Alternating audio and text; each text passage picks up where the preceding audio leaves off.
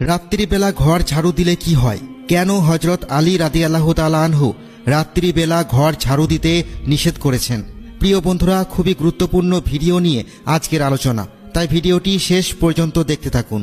একবার এক মহিলা হযরত আলী রাদিয়াল্লাহু তাআলা আনহুর নিকটে এসে তাকে বলতে লাগলেন, হে আলী রাদিয়াল্লাহু তাআলা আনহু, ঘরে 3টি পুত্র সন্তান এবং আমার স্বামী সবাই উপার্জন করতে সক্ষম। তারা সবাই উপার্জন করে, কিন্তু তারপরেও আমাদের ঘরে কোনো বরকত নেই।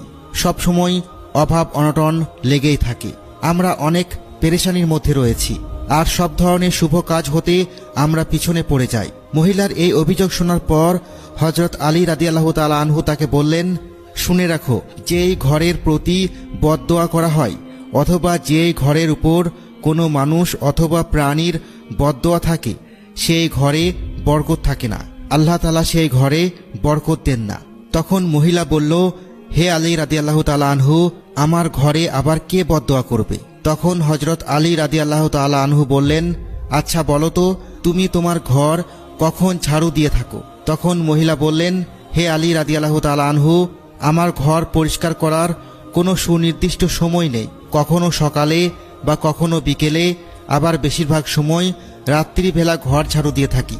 এ কথা শোনার পর হযরত আলী রাদিয়াল্লাহু তাআলা আনহু তখন বললেন, তুমি সব সময় তোমার ঘর সকালবেলায় ঝাড়ু দিবে, রাত্রিবেলায় কখনো ঘর ঝাড়ু দিবে না।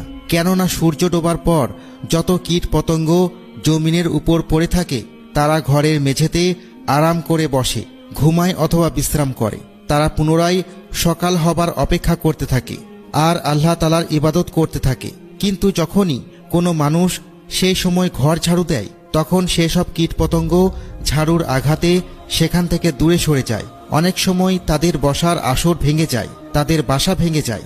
তখন অন্ধকারে তারা কিছু দেখতেও পায় না যে অন্য কোথাও চলে যাবে, আর তারা তখন ঘরের ভিতরেই অসহায়ভাবে এদিক ওদিক ঘোরাঘুরি করতে থাকে, পেরেশান হয়ে যায়, আর সে কারণেই তারা বদদোয়া করতে থাকে। তাই তোমার উচিত দিনের বেলায় ঘর ঝাড়ু দিয়ে পরিষ্কার পরিচ্ছন্ন করে রাখা। অন্তত সন্ধ্যা ঘনিয়ে আসার আগেই ঘর পরিষ্কার করে ফেলতে হবে। তবে এর মানে এটা নয় যে কখনো রাত্রিবেলায় ঘর অনেক বেশি অপরিষ্কার হয়ে গেছে, কোনো কারণে নোংরা হয়ে গেছে, আর আপনি সে অবস্থায় ঘরকে নোংরা রেখেই ঘুমিয়ে পড়বেন। সেটাও আপনার জন্য উচিত হবে না।